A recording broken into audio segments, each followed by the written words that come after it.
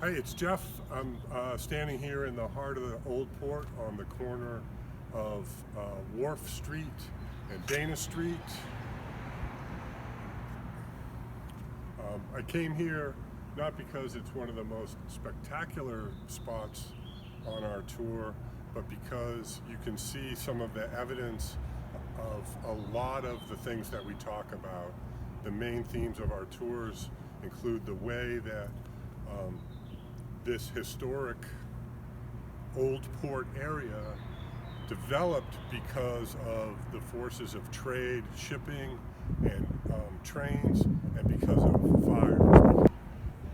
Looking down at the, people call them cobblestones, technically Belgian pavers, and if the way the camera is pointed now, you can look up Dana Street to the original waterfront street of the settlement, which is 4th Street, a name that English people use for waterfront streets.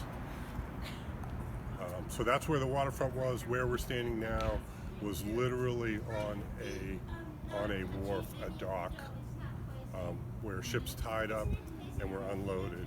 And when these buildings behind me were built, they were warehouses for cargo that was being directly taken off ships.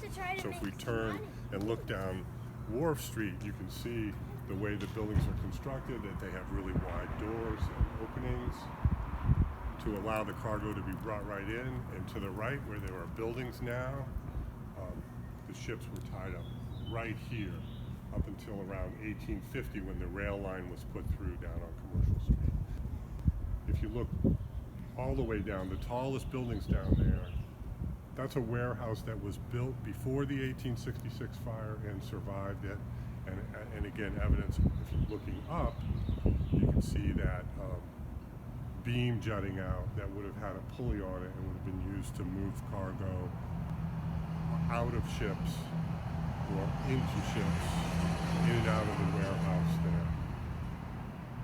And now in modern times, of course, it's got bars, restaurants, an ice cream shop. The building beyond it is the Mariners Church, which also survived the fire.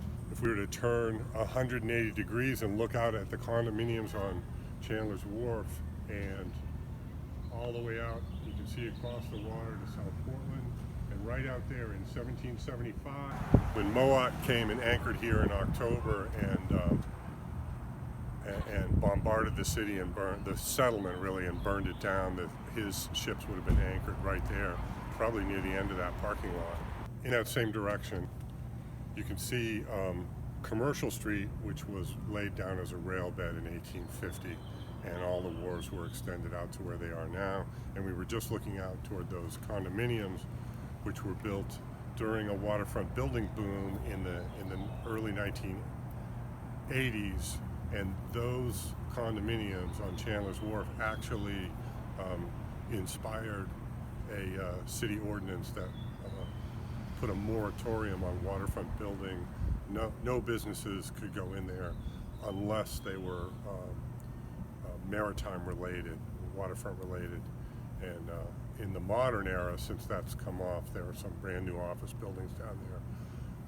And there's a plan for how to develop that waterfront. We could see that here too.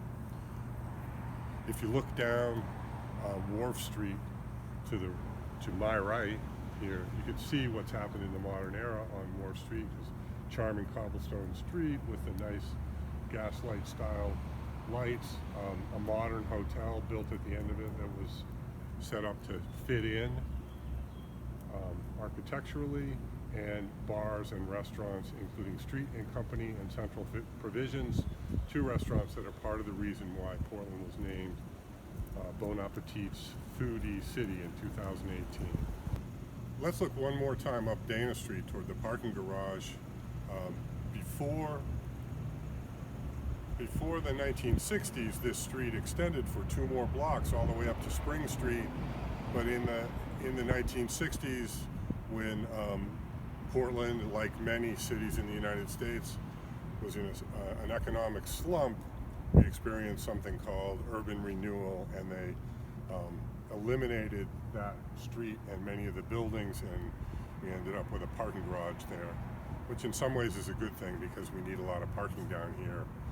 at least during tourist season.